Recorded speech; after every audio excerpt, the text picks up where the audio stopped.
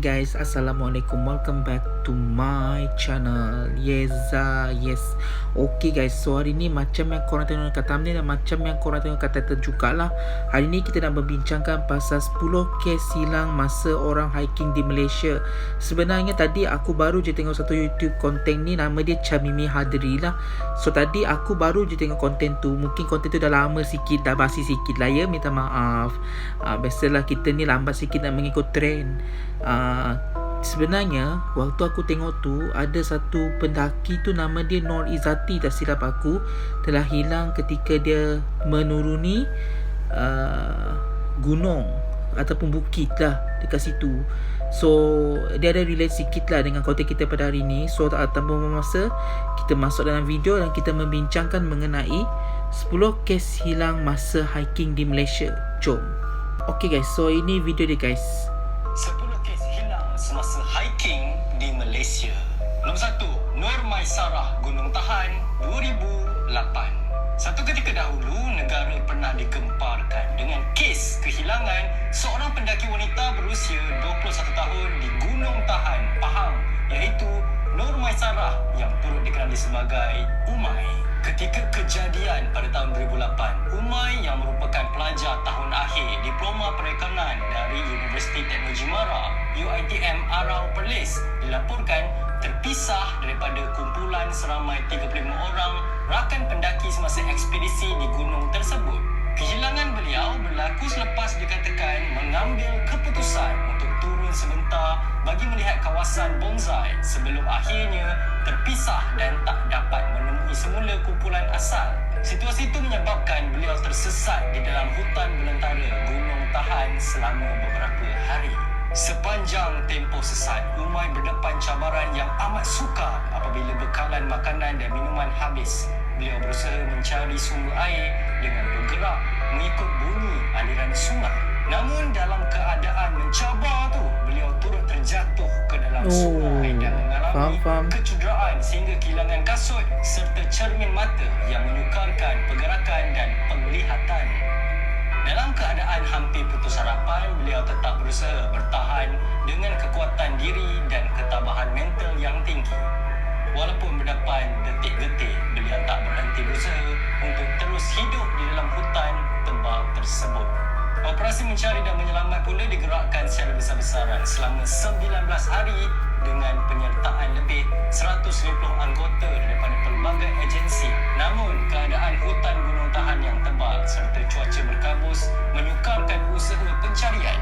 Akhirnya, pada 26 Februari 2008, Umay ditemui dalam keadaan lemah tetapi masih selamat oleh seorang pemandu arah yang sedang membawa sekumpulan pendaki kira-kira 30 km dari lokasi terakhir beliau dilaporkan hilang. Penemuan itu disambut dengan penuh kelegaan selepas beliau bertahan sendirian selama 19 hari. 19 hari weh.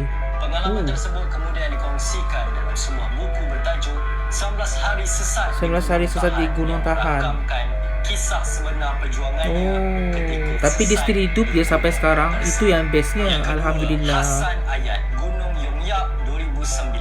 Pada 15 Februari 2009, satu kes kehilangan yang masih menjadi tanda tanya dalam sejarah pendakian Malaysia melibatkan seorang pendaki bernama Hasan Ayat berusia 27 tahun di Gunung Yongyap yang terletak di sempadan Kelantan, Perak. Ketika kejadian, Hasan dilaporkan dalam perjalanan turun dari puncak bersama rakan-rakan pendaki. Sepanjang pendakian, beliau mula mengalami masalah pada kaki dan lutut sehingga tidak mampu meneruskan perjalanan dengan baik. Disebabkan itu, beliau meminta kumpulan tersebut untuk bergerak dulu sementara beliau menyusul perlahan-lahan di belakang kerana laluan ketika itu hanya satu trek utama yang jelas dan tidak bercabang. Namun apabila kumpulan pendaki tiba di kem Agas, Hasan langsung tak muncul.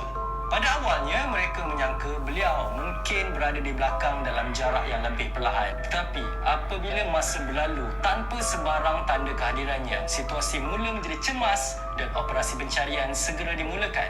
Pelbagai andaian mula timbul termasuk kemungkinan beliau terjatuh ke dalam kawasan curam atau gaung di sepanjang laluan. Bahaya weh kalau Operasi terjatuh gaung tu. penyelamat dijalankan selama kira-kira 40 hari dengan penglibatan pelbagai pihak termasuk polis, bomber, unit anjing pengesan serta bantuan penduduk orang asli yang sangat arif dengan kawasan hutan tersebut. Walaupun pencarian dilakukan secara menyeluruh di kawasan yang luas dan mencabar, tak ada sebarang petunjuk berjaya ditemui.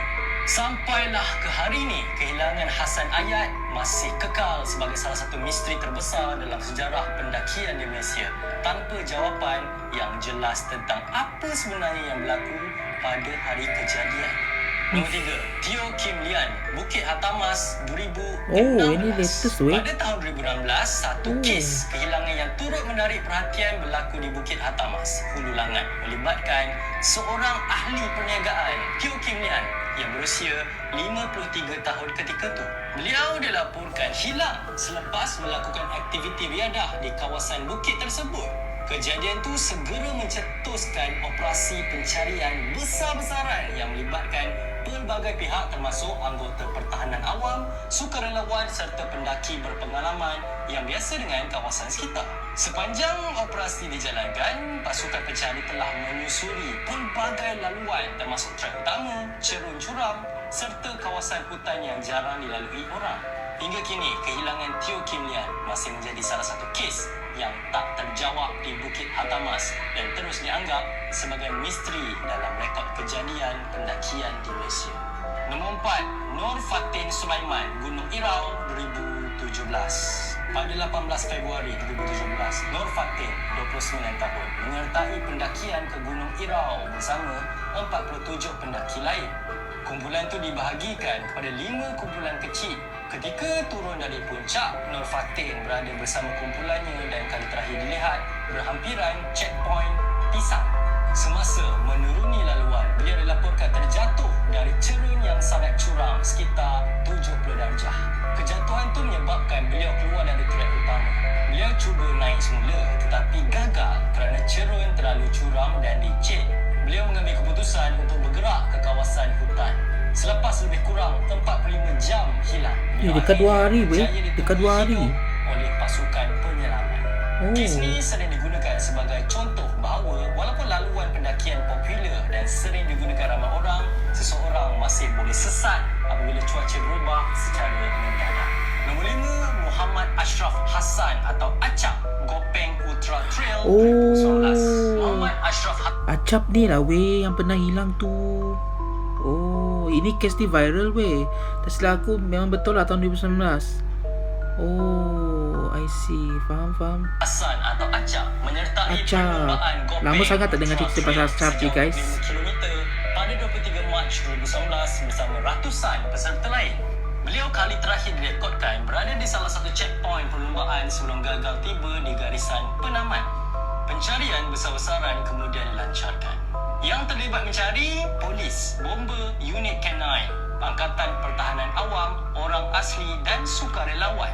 Kawasan pencarian akhirnya diperluaskan sehingga kira-kira 35 km persegi. Selepas berminggu-minggu pencarian, operasi rasmi dihentikan tanpa penemuan mangsa.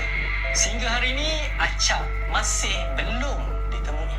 Nombor 6, Akmal Hakimi Ishak, Pulau Mawar. Mungkin yang lain tu dah ditemui kot, ataupun dah tak ada lagi dekat dalam dunia ni. Mungkin secara kasar je lah kan. Kawasan Pulau Mawar di Mersing, Johor. Kejadian tu menjadi tanda tanya apabila motosikal miliknya ditemui dalam keadaan baik malah tidak berkunci berhampiran kawasan tersebut. Sesulan kehilangan itu, operasi mencari dan menyelamat segera dijalankan dengan penglibatan pelbagai agensi termasuk polis, bomber, Angkatan Pertahanan Awam Malaysia serta malim gunung yang biasa dengan selok-belok kawasan berkenaan. Walaupun usaha pencarian dilakukan di kawasan darat dan sekitar laluan pantai serta hutan berhampiran, operasi tersebut berdepan pelbagai cabaran dari segi bentuk muka bumi dan keadaan kawasan yang agak mencabar. Namun begitu, sehingga operasi diteruskan, tak ada petunjuk jelas berjaya ditemui mengenai keberadaan mangsa. Yang ketujuh, Muhammad Azharul Mukris, Bukit Broga 2024. Kes ini berakhir dengan lebih melegakan apabila Muhammad Azharul Mukris Abdul Rahman, 20 tahun yang sebelum ni dilaporkan hilang selepas terpisah daripada kumpulan pendaki ketika berada di Bukit Broga berjaya ditemui semula.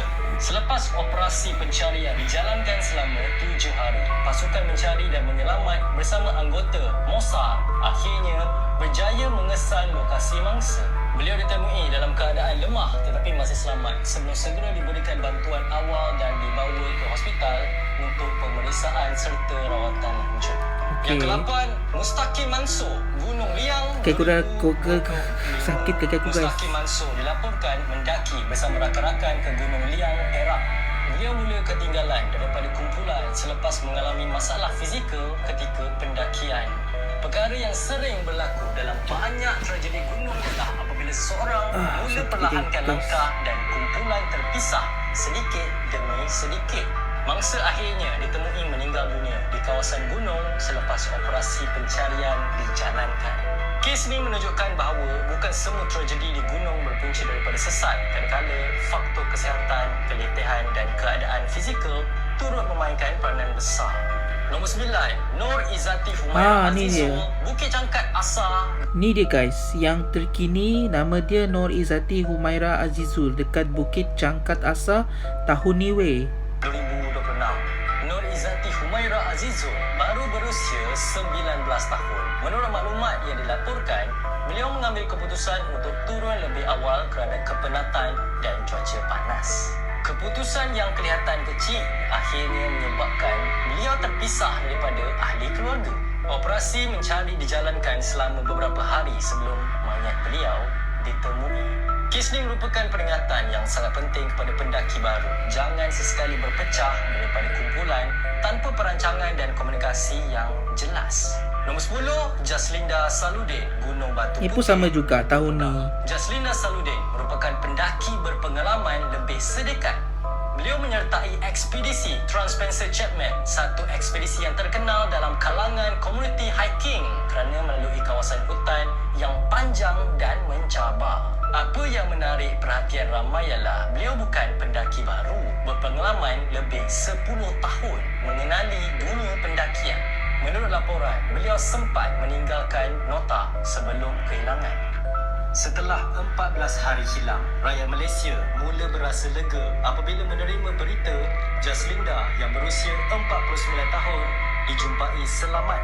Mangsa ditemui oleh penduduk kampung di kawasan perkampungan. Orang asli orang asli jumpa dia weh. Pengalaman 10 tahun beliau dalam dunia pendakian tidak boleh dipandang sebelah mata. Bila kita tengok ke semua Okay guys, so itu sedikit pasal kisah mengenai 10 kes hilang masa hiking di Malaysia. So yang mana satu pendapat korang, yang mana satu kisah yang menarik, sila komen di bawah.